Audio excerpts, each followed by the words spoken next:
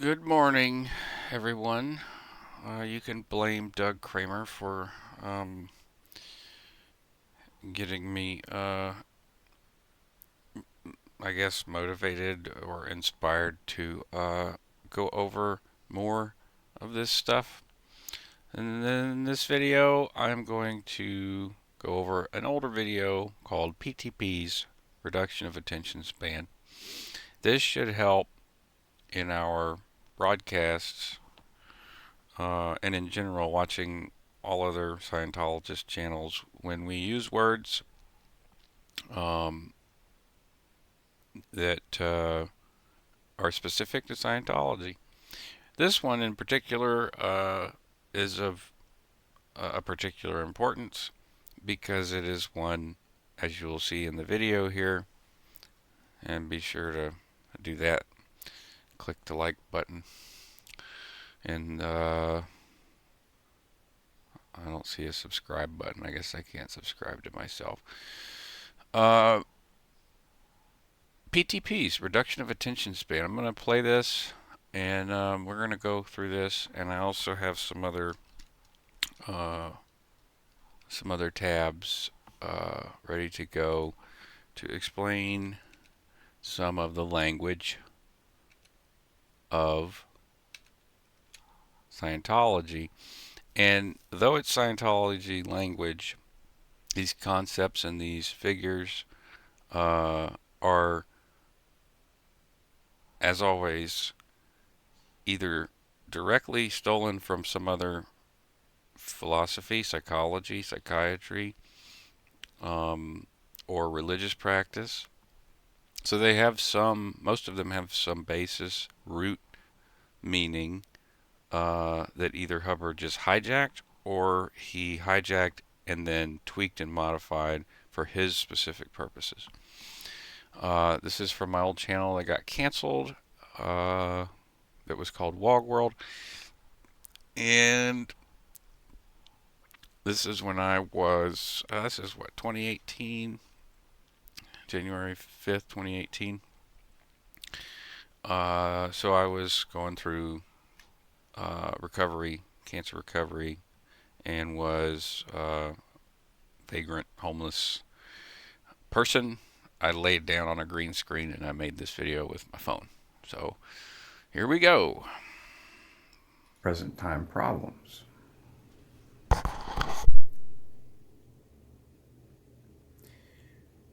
A present time problem, if you would open up another tab in your browser and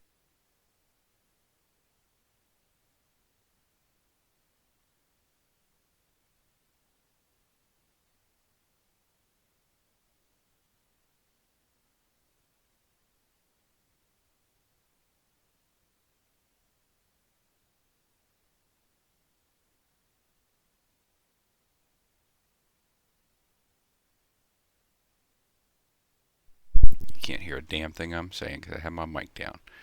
Beginning rudiments. When I pull up the PTPs in the tech dictionary, there's 13 entries that come up. And the first one is beginning rudiments. Rudiments at the beginning of the session involve getting a person comfortable, willing to talk, get off withholds, which are secrets, checking for PTPs. Those are beginning rudiments. If you have PTPs, you're not going to make any progress up the bridge. All right, that's the first one. Present time problem. So this is the definition. Technically a special problem that exists in the physical universe now on which the PC has his attention fixed, his or her attention fixed. This is from HCOB 31, March 1960.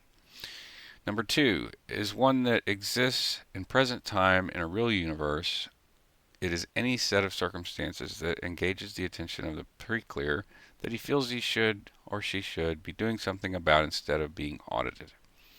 That's from an HCOB 1959. Definition number three. Present time problem is one which has its elements in the material universe and an attention to such an extent that he or she would feel he had better be doing something about it rather than being audited. 1957. Number 4, any worry that keeps someone out of session. Which worry must exist in present time in the real universe? All right. So, right off the top, it should be evident that a present time problem is a big problem because it prevents someone from being audited or going on course. This is something that if you are scratching your head and thinking twice about doing a course or an auditing session, and you say, I don't really want to be here doing this. Well, is there a present time problem? Well, the present time problem usually is that you don't want to be there. Uh, but there's tools to handle that. Um, and let's keep going. Normally, my cadence is slow. It's morning time. I've got my coffee. Um, in the past, and I guess it just depends on how I'm speaking at any given time. You may need to go to the sprocket wheel here and adjust the playback speed as needed if I'm going too fast or too slow, which I frequently get comments about. I'm from the South. I generally talk slower. When people tell me I talk slow, I try to speed it up, but I end up going overboard and talking too fast. So I think that's why I talk slower, because I'd rather have you understand. Okay, Google present time problem, we did that. L. Hubbard, or present time problem, Scientology definition. I don't know the definition by heart anymore. I stopped using the language. And that's true. I did stop using the language for about 2 years. The reason I did that was to, um, and this is again sort of how I got out of Scientology, use Scientology to get out of Scientology. I know that these words, when you use them frequently, like in any uh, group that has loaded language, they become part of your everyday lexicon and they carry meaning, aka charge. In other words, you can trigger emotions in certain, uh, like I guess, motivations or um, ideas just by using the words. Because a big part of its successful method of control in hypnosis is language. However, um, hypnosis is possible. I mean, everybody kind of knows that, right? Hypnosis is possible. Um, and everybody that watches, I'm not going to make a blanket statement like that.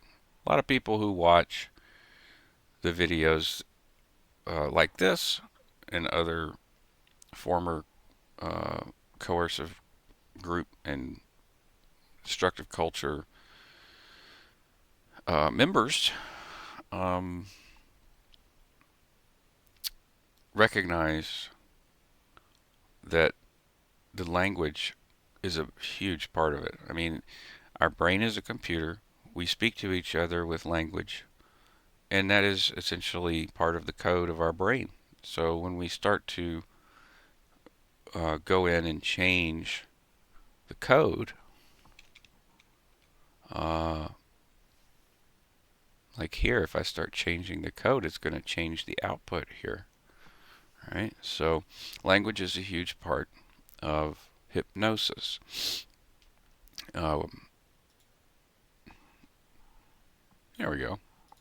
Happens all the time. whole world is hypnotized by one thing or another.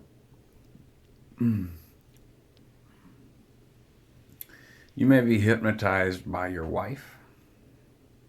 You may be hypnotized by another person. You may be mesmerized by someone. Same thing. Mesmer was the famous hypnotist. But L. Ron Hubbard should be considered the same, a famous hypnotist. Because he was not a religious leader, not in the slightest.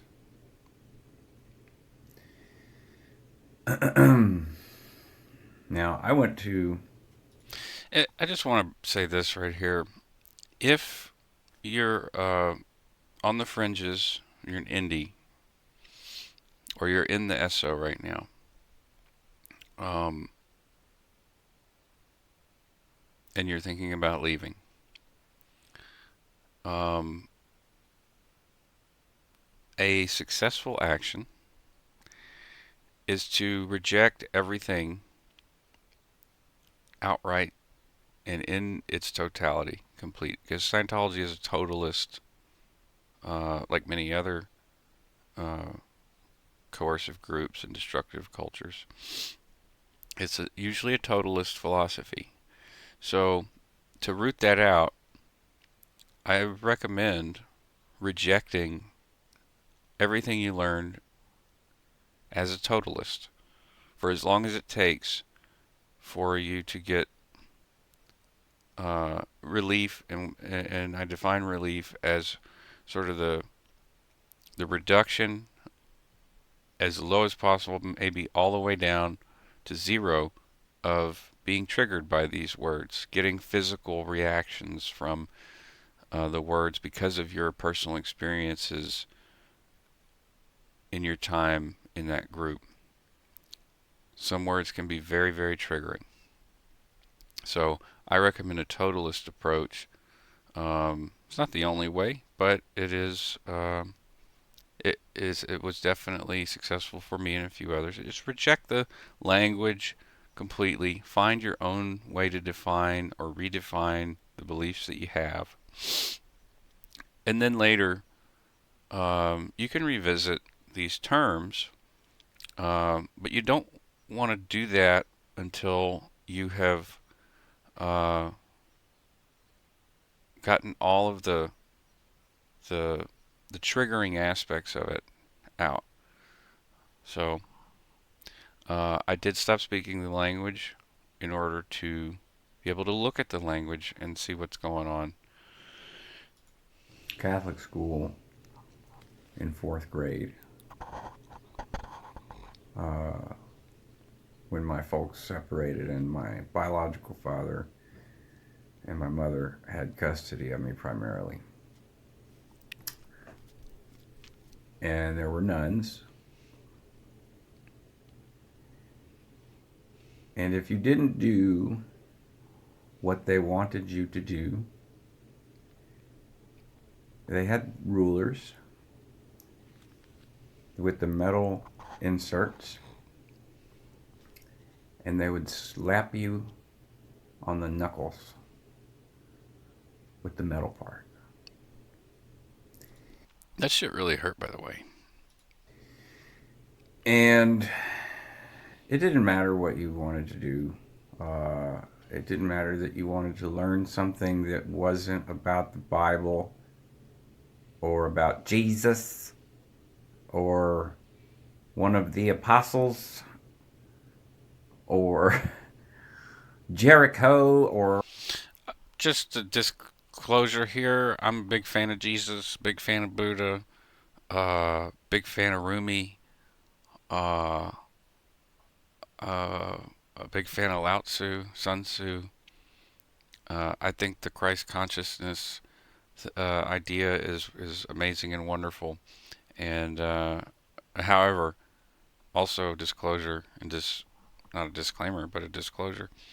I think that the teachings of Jesus are still highly misunderstood, as much as almost as much as they were back then. Like, what would we do if Jesus came back? If there was a Jesus and he came back and he started talking like he used to talk, we'd probably put him in jail or in a mental institution. Um, just my 2 cents. or whatever. Um, John the Baptist, St. Thomas Aquinas. You know, I was in fourth grade and I was wanting to learn. I'd been in public school. I've been in public school for, till third grade. And I was doing well for a third grader. I was reading to the whole class. When I was reading to the second graders when I was in first grade. The teachers would ask me to go read for the kids in the second grade class when I was. Now that part's true, and it sounds cool and like, but it led to a lot of problems with domestic stuff because I was then expected to um, be incredibly smart all the time, and in the midst of a lot of domestic violence and trauma that some of you know about, some of you don't. But yeah, I learned to read at a very early age, and that's thanks to my stepfather, who was uh, I can't really give him too much credit um, because part of the reason he was teaching me to read so young was because my middle brother Mark was dyslexic, and he didn't find that out until after he was beating him with books for years, thinking that he was some kind of dummy. And he would literally beat him in the head with books and say, I'll beat it into you. So when I was a child, he spent a lot of time, usually at bedtime, reading books to me. And then at age 2, he gave me the books and told me to start reading them to him. I had no idea what these symbols meant, but I started sounding them out and I started to learn to read young. And so this part is true. I would go and read to the older classes, second and third, and even fourth grade. First grade. I'd go read the stories for Mrs. Slocum's class. And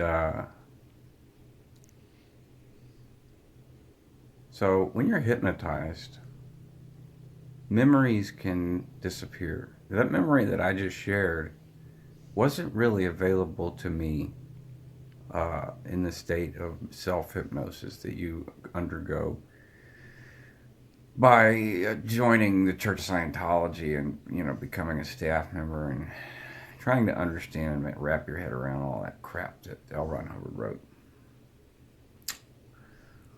Um,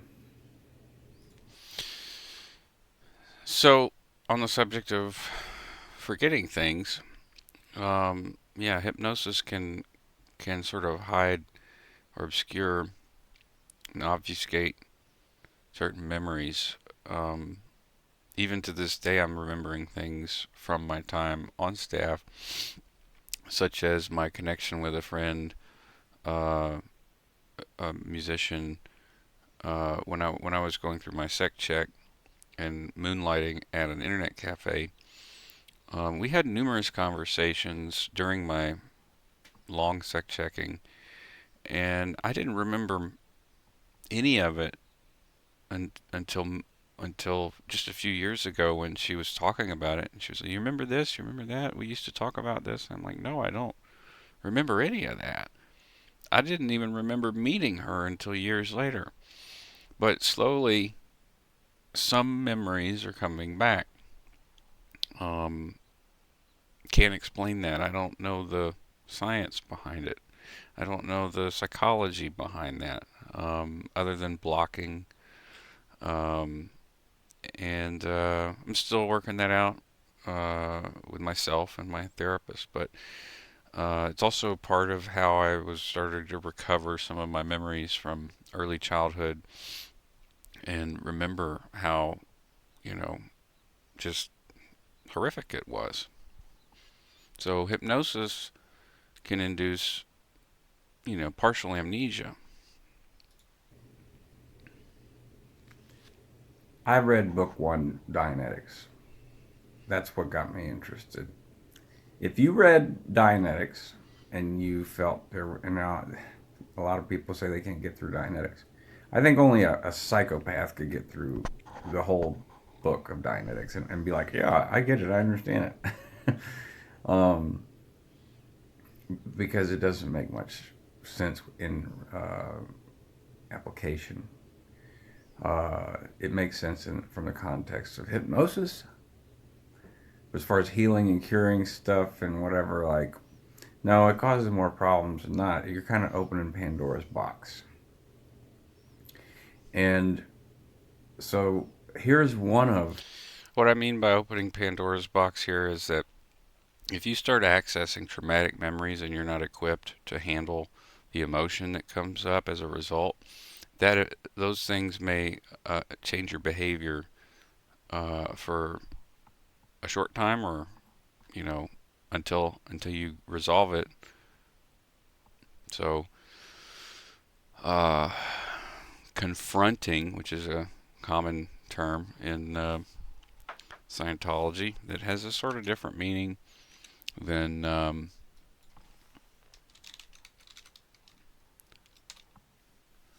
let's see if we can find it. There's 57 instances of confronting here in the Tech Dictionary. Sorry, not the Tech Dictionary. This is the Tech Dictionary. 57 instances of confront here. Do we have the actual? I do not see it.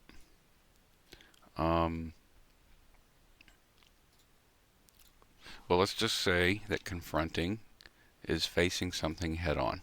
We'll go with that. the little things in Pandora's box.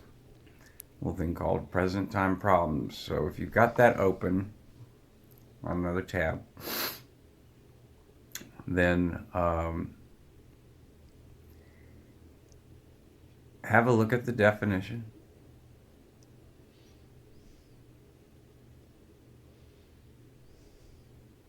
You can read it to me. We already did that. Read it to yourself. I'm not hypnotizing you. What I'm doing is showing you how one of I'm not these hypnotizing you. terms and concepts in Scientology is used to hypnotize people. If at any point you feel hypnotized, just click the X on the bottom of the top right of the window and close the video. You're not being hypnotized. This is not hypnosis. Okay. But I will give you an example of a hypnotic command. So, present time problems. If someone in this church, this cult, it is not a church. If someone in It actually is a church. Government recognizes it as such. I was just pissed off because it's recognized as a church, and you know, didn't understand the what culture is really. Learning a lot about culture. There's nothing wrong with a lot of the things in Scientology, but there's a lot wrong with the culture. Just like there's nothing wrong with. I live in the South in Louisiana. Ton of Catholics, great people. Some of the culture though is very, very disgusting. It is definitely not Christ-like. So I make that comparison nowadays. this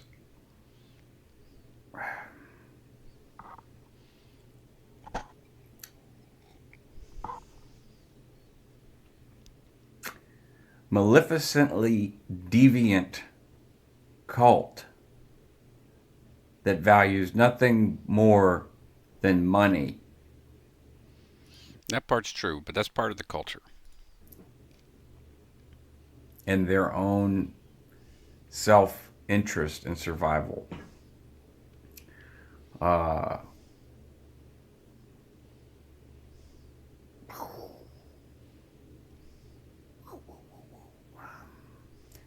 they use present time problems. This definition that you read, they use this, all right? This cult. And say someone who's doing a communication course is walking literally from the course room outside the building to leave and go home for the night. I'm sorry to stop again, but I'm remembering how much pain I was in this time, and everything hurt. If you see me squirming around, it's because I'm laying on my back, and the nerves from the surgery, big nerves, the genitofemoral branch and the pudendal branch and the sciatic branch were all inflamed. It caused a lot of pain. I'm glad I'm not in that pain anymore. Say maybe 4:30, 5:30, 6:30. People had different schedules, whatever. This person does their course. They're doing a first, second, or third course.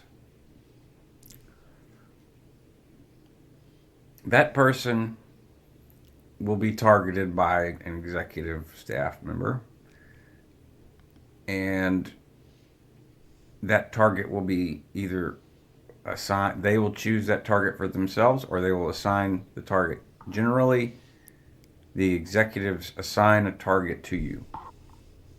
Your target is a person. So, that's true. Um, when you are assigned a target, by this point, you're not thinking of them as like, I'm going to get them. Like, that's my target. The target is part of targets and goals, which is part of a course that you take. And, you know, again, with the language, they reduce a lot of concepts. Uh, they reduce, well, like it says in the title, the reduction of attention. They reduce things, objects, people, consciousness, even itself, to tiny little particles um,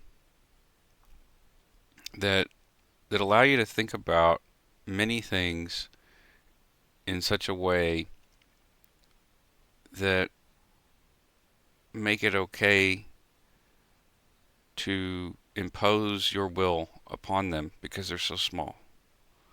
So your awareness and your responsibility level in all of this is tied into your ability and willingness and being right in enforcing your will on these tiny little things,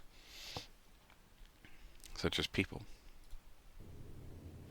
And you sit them down or you set them aside and you talk about some L or H. You talk about you grab a book off the bookshelf and you talk about some of the concepts that are in his books, but really embodied in the oppressive, crazy, obsessed, psychopathic HCO bulletins that he would incessantly write from the time from 1960 until he died. And the end of that ended up just being the fucking crazy bullshit OT materials. The guy had gone completely crazy schizo, not unlike Jim Jones when he's on the monitor. Oh, they're all coming to get us now. The CIA's coming to get us now. We're going to have to defend ourselves. And it ended in a fucking massacre.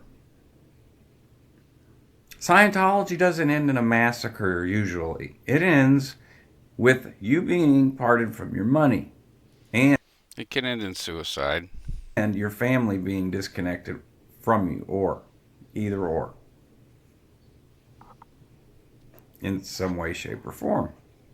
And sometimes both. And sometimes litigation, lawsuits, financial ruin.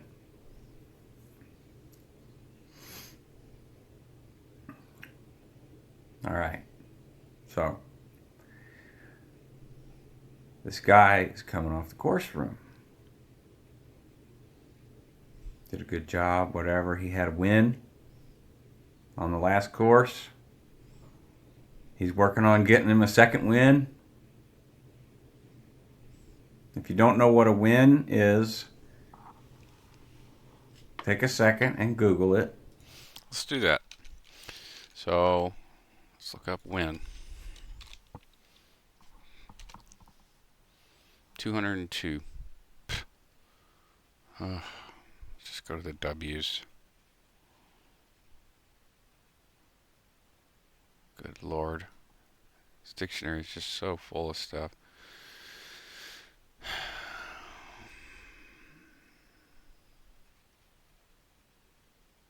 feel like there should be background music.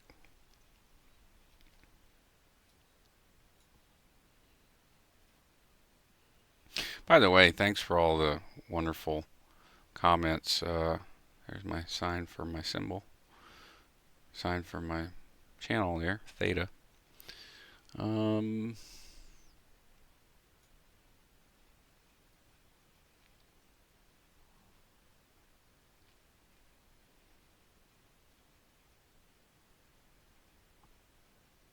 Golly gee, 309 pages. I can't believe I paid money for my books. They're all available for free. W's. Here we go. Let's find when. Here we go. When intending to do something and doing it, or intending not to do something and not doing it. St. Hill Special Briefing Course. So that's a lot different than what some people assume that it is, because a when, as defined here, is intending to do something and doing it, or not intending to do something and not doing it.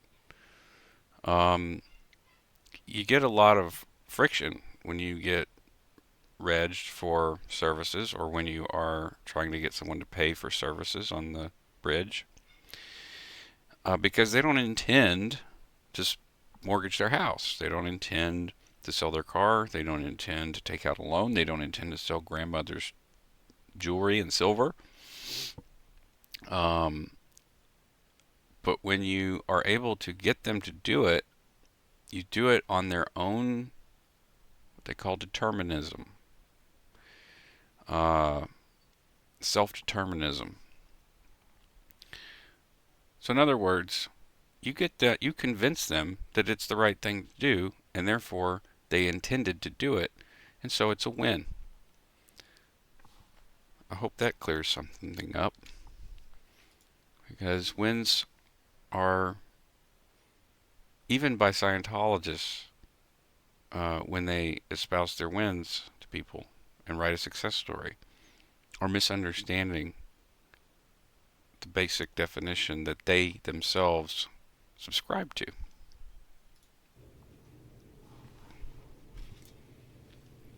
I'm not a Scientology dictionary anymore. Thank fucking God. All right.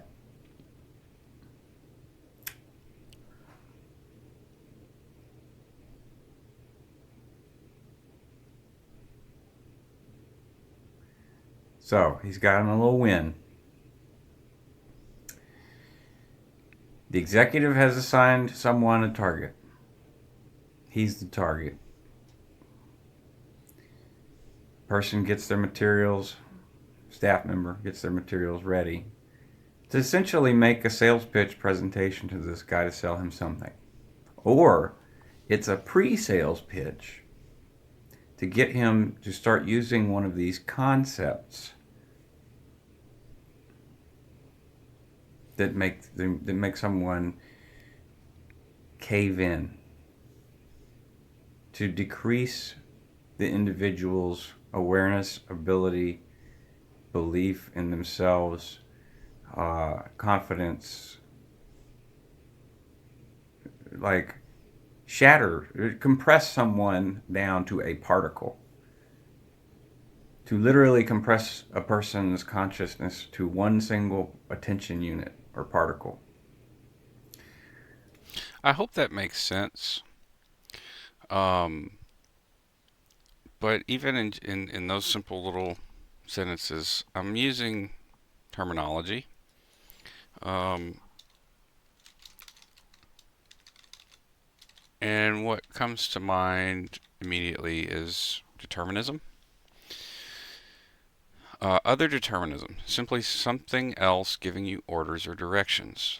Number two, something has so thoroughly overwhelmed the PC that he is it. So they will talk about a registrar, like say Jim Hamry, will talk about other determinism, which is allowing someone or something to take control over you or give you orders. And they say that that's a bad thing, but yet that's exactly what they're doing and practicing on you, is to get the individual to give in to other determinism and abandon self-determinism.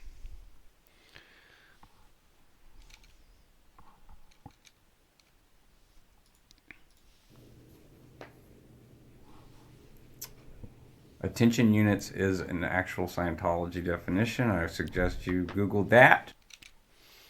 Okay, take my own advice here. What am I doing if I'm not listening to myself? And I don't know these definitions anymore. I know what they mean, but let's see here.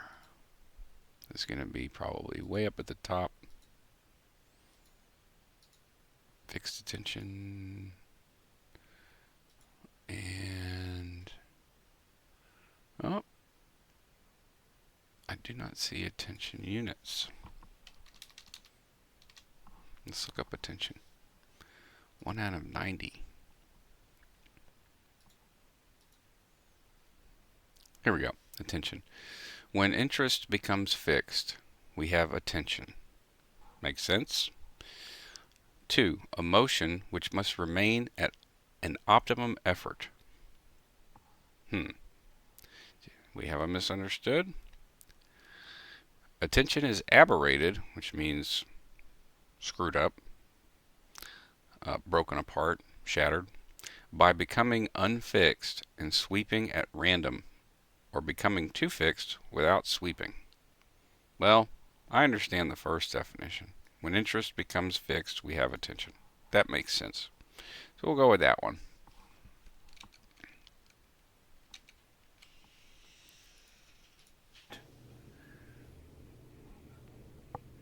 And particle is also, there's a special Scientology definition for that. Wonderful. Wonderful. We're just word clearing. This is what word clearing is like. We're on a word chain. What was it? Particle. This is actually going to help with the What If Scientologist series because, you know, in role playing Commander Shepard in the Alliance, aka Scientology, there's a lot of parallels, and I can replace a military concept with something from the tech dictionary, and I will do so, but it may be lost on certain people. You may have to watch several times, so maybe this video, the hope is anyways, is that by defining some of these terms just and showcasing the role playing in a game so that you can see social dynamics occurring in real time via the decisions Commander Shepard makes as a Scientologist, you can see some of these principles in action. Particle. Let's go back up. We're in T's right now.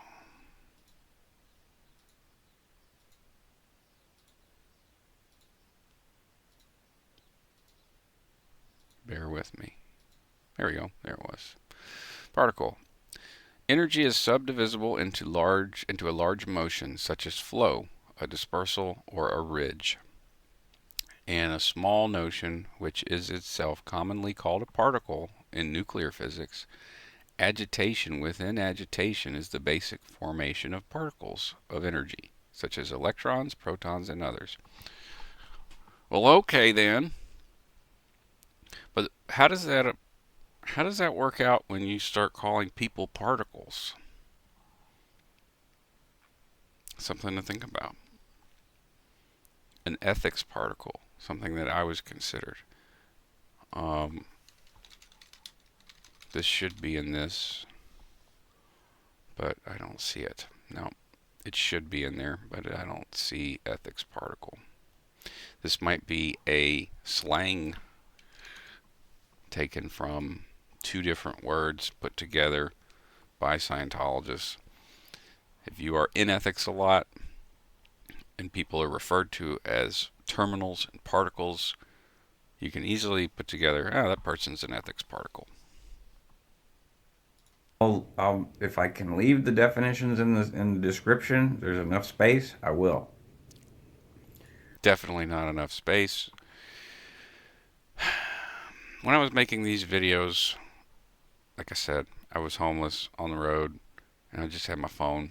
So I did the best I could, but I feel like now I can go back and do an analysis of these and bring more information to light about what I was saying.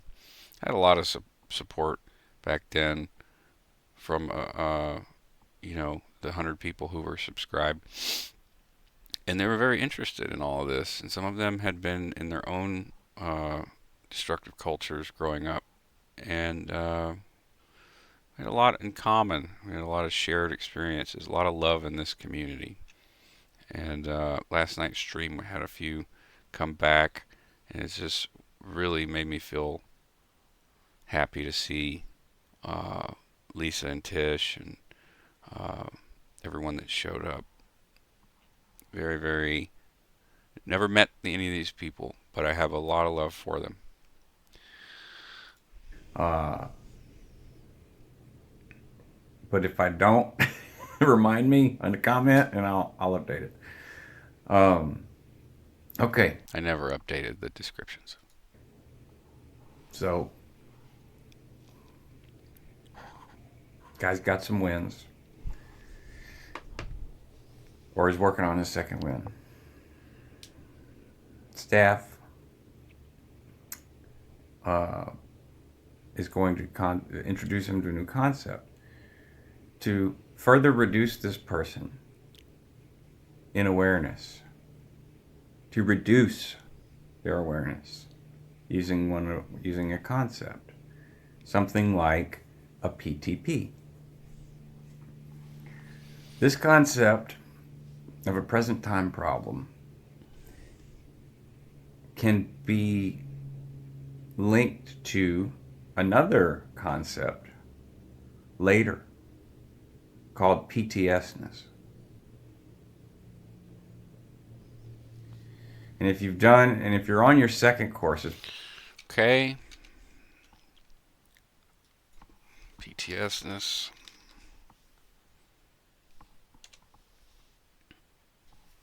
How about just PTS? 43 freaking definitions for PTS. Okay. Alright, PTS. Potential trouble source, which itself means a person connected to a suppressive person. We probably know that. So everyone watching, because I'm an SP, and this is SPTV, you're all PTS. Probably the ups and downs course. Usually do the calm course, ups and downs course. And then you start to introduce them to other concepts from books like Dianetics 55. So this is the route that we would normally put someone on. First, do the communication course. Teach them about ARC triangle, affinity reality communication. Get them doing some basic training routines. TR0, be comfortable where you are, confront. Some of the things that Doug and I have been doing on Backflash, but in a very mild gradient. Then ups and downs is a very good next step because it teaches about suppressives. And when you combine those two in the beginning, you can very quickly get someone looking at the world in a way where they're not afraid to confront it. They're not afraid to confront their own self either. And some of the re- biggest regrets of their life, they're able to spill out in front of you on your desk.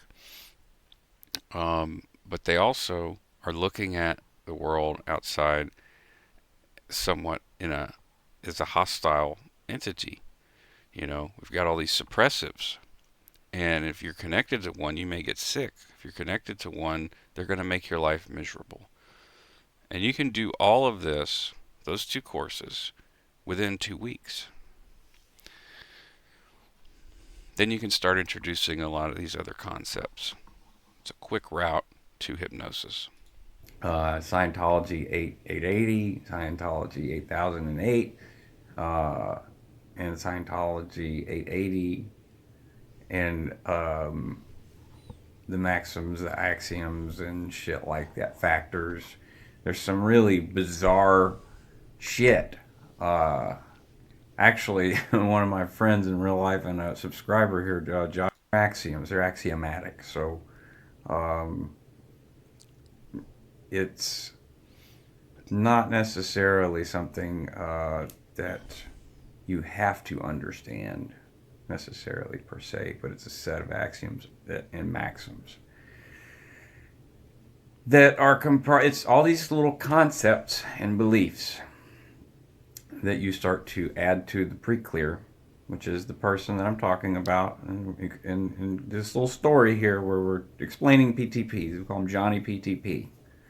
Johnny PTPs.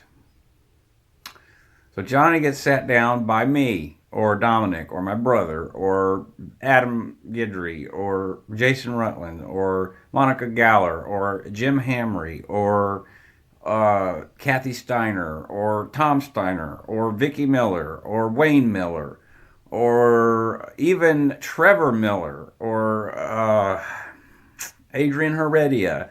It could be anybody. Iris Sandman. It could be John Jones. It could be Karen Pison, John Pison. It could be another public, because the Ventura mission was very big at that time. Most of those names that I named were staff members. And that would be considered a pretty big mission. When you get everybody in the same room um, and all together with this kind of, uh, you know, information, it's and coordinating targets, as I was speaking of earlier, um, in a community that is affluent, that has money. These things work pretty well. Um, and Thinking about it now is, you know, it's just so unbelievable still. You know, I still haven't watched the aftermath. I can't get through the first 5 minutes. I've seen clips, and there's a clip that where Leah says, "What the hell were we involved in?" to Mike, and that's kind of how I feel right now.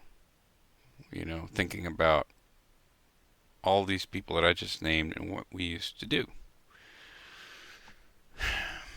And yeah, it made a lot of money.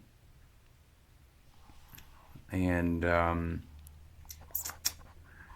so Johnny PTP gets sat down and says, "Hey man, you know about PTPs? You know about PTPs? You know what PTPs are?" And I'm making this funny for you, but this is not a funny thing. What actually happens is Johnny PTP sits down, and we sit down and read this reference, and we read this piece of literature that L. Ron Hubbard wrote, and it's usually some kind of mind fuckery designed to, again, like I shoot this video, decrease someone's awareness about things, to decrease someone's awareness about something, about everything, about themselves, to reduce someone to a particle, to one single unit of attention, which is a low level of awareness. Because who is going to ruin themselves financially and disconnect themselves from all their friends and family if they're truly aware of the consequences of doing such a thing? Nobody. You have to reduce their attention on themselves. You have to hypnotize them. And then the group hypnotizes each other continuously. You always have a PTP. Oh, hey, Marcus, you need to talk to Karen about PTPs because you got a PTP and she's got a PTP, and y'all need to work out your PTPs. That's so that's you put that on your BP, your battle plan for the day. All right, and after that, then report back. Okay, so I go handle Johnny PTP on his PTP because I know what PTPs are, and one of my PTPs is that I'm down stat and I don't have books sold. We don't have new books sold to individuals. We don't have new first service starts. We don't have gross income on the board. Today's Thursday. It literally is Thursday. Not today is Tuesday, or Wednesday. Tomorrow's Thursday. Close enough. On Wednesdays, you'd be freaking out about Thursday. So there's nothing in GI unless someone else sold some GI or sold some books, or oh look, Adam maybe sold probably $300 worth of books on a Thursday, the day before Friday, where everyone gets fucking paid. Maybe. The reason weeks for Scientologists end on Thursday is for a financial reason, because you can run a card or you can write a check, and the next day it's Friday. Most people get paid on Fridays. It's based on that. If anyone who's a former Sea Org member, missionaire, staff member, or even a public knows which reference that is, that'd be interesting to look at, because there is a reference about why Thursdays at 2 is a thing, and it definitely has to do with banks holding money. So if you deposit a check on a Friday and a person wants a refund, it's a lot harder for them to get it. Because 50s, 60s people got paid on Fridays. I don't know. Nowadays you never know when you're going to get paid. But there's songs and stuff about getting paid on Friday. Yo, it's Friday. So our weeks end on Thursdays so that we can get all that money that someone's supposed to get on Friday. Comprends? Oui, oui. I need to work on my français. Man, I can do my Cajun real nice, but I don't speak the French very well. All right, T? I'm sorry about that. I wasn't raised around my real family, which is all a bunch of Creole and Cajun people. All right. I'm sorry. Finane. PTPs. PTPs. PTPs are just the first. Not the first. They're just one of many little concepts like PTSness, suppressive persons, goals problem mass. I'm sorry, that was hard to say. GPMs. We called them GPMs. Goals problems mass. Service facsimiles. Facsimile 1, facsimile 2, second phenomenon, first phenomenon. All of this bullshit concepts to reduce one's awareness to a single unit of attention to a fucking particle. To squeeze you in. I don't know how else to show this but by in this video having it so tight and the green screen behind me with whatever the fuck is back there.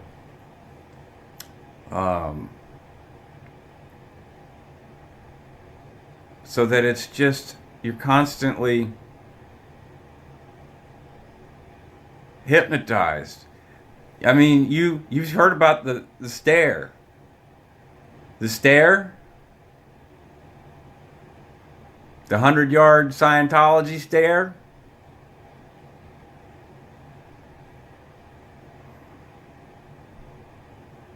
There it is.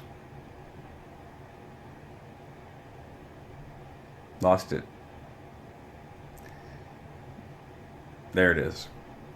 That's hypnotized. When you see someone like this, boy, are they a fucking Scientologist.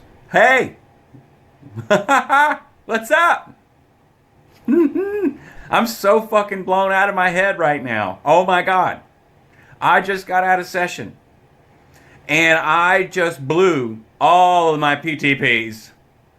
Oh, I feel so good. And I found out that my mother is an SP. Yeah. And I've got to disconnect. I've got to disconnect. It's either handle or disconnect, and I can't handle an SP. We're talking about a real SP. I can't fucking do it. I can't fucking do it. That is what it kind of looks like. I'm exaggerating for fucking entertainment value, but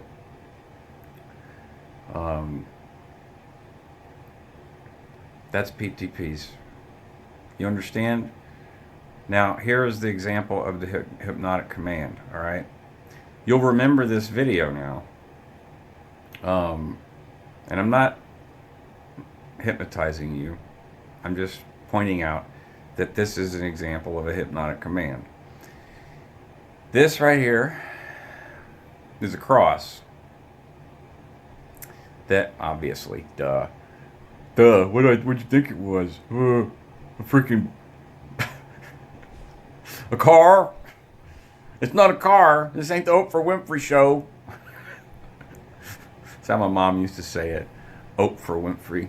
All right, so this was given to me by my Uncle Jiggy, and it's nice to see that I had a sense of humor at this time because things were really shitty. if you go watch the video of me and Travis playing Heaven, featuring Uncle Jiggy, because he walks in, he's got this exact same crucifix, and he got it. He gave this to me before we moved to. Actually, no. He got this for me when I was in when I was doing my purification rundown. He came to see me in Baton Rouge. So let's see. Maybe that's better. I don't know. Love you, Uncle Jiggy. Anyway, it's a very beautiful, unique crucifix. And then my brother Alan got me this St. Christopher safe travel ring because I do a lot of traveling, and I've had this for a very long time. Since I still have that. I've had it since 1998, I believe. Thank you, Alan. I love you. uh, before I moved to Nashville, I think. Um, so it's for safe travels. And my uncle was wearing his cross in that other video. So if I wanted you to remember this video, then, well, this would be the way to do it. That would be an example of a hypnotic command. So you probably will remember this video more than others. But it's not I'm not hypnotizing you. This has just been a more interesting video than this is probably one of the more interesting videos that I've done in the recent time. Symbolism is a very common way to induce some kind of low-level hypnosis, and that's basically what I'm referring to. It occurs throughout history.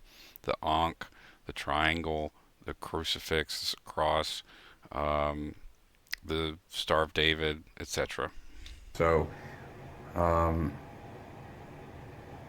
PTPs, all those things that I mentioned, and more. That's what it is to see in the mind of a Scientologist. When I say I want to show, like I want to show someone's thought process, and that's sort of in a small way. What I just did is sort of try to explain the process of what it looks like and what it feels like and what it ends up being. Because Johnny PTP ends up in the registrar's office taking his credit card out and selling his house and mortgaging his property and selling all of their inheritance or settlement to, to this church, to this fucking cult. That's actually a church.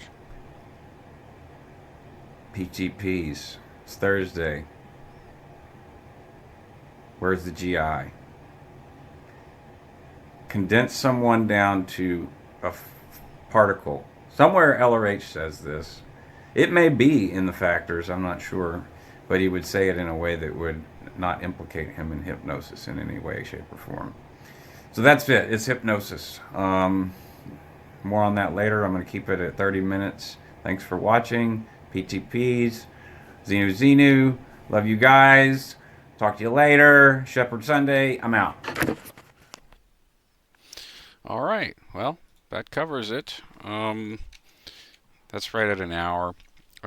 This Marjorie Wakefield document talks about many of the many of the words that are used every day in terminology in Scientology, which will be referenced in the What If Scientologist streams. So, yeah, I'll be sure to include this in the description since I know how important that is now. I've always known how important it is. I was just too lazy and also had too much going on. I was going to doctors all the time, traveling all the time, and sleeping wherever I could sleep, whoever would let me sleep.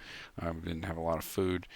I was in poor health. So, um, this is a good Scientology's reference. The language of Scientology, ARC, SPs, PTPs, and BTs. So I'll throw that in the description box there, and we'll leave it off here at an hour and 2 minutes and 45 seconds. As usual, Xenu Xenu, and catch you guys on the next video, and see you on Friday with Doug.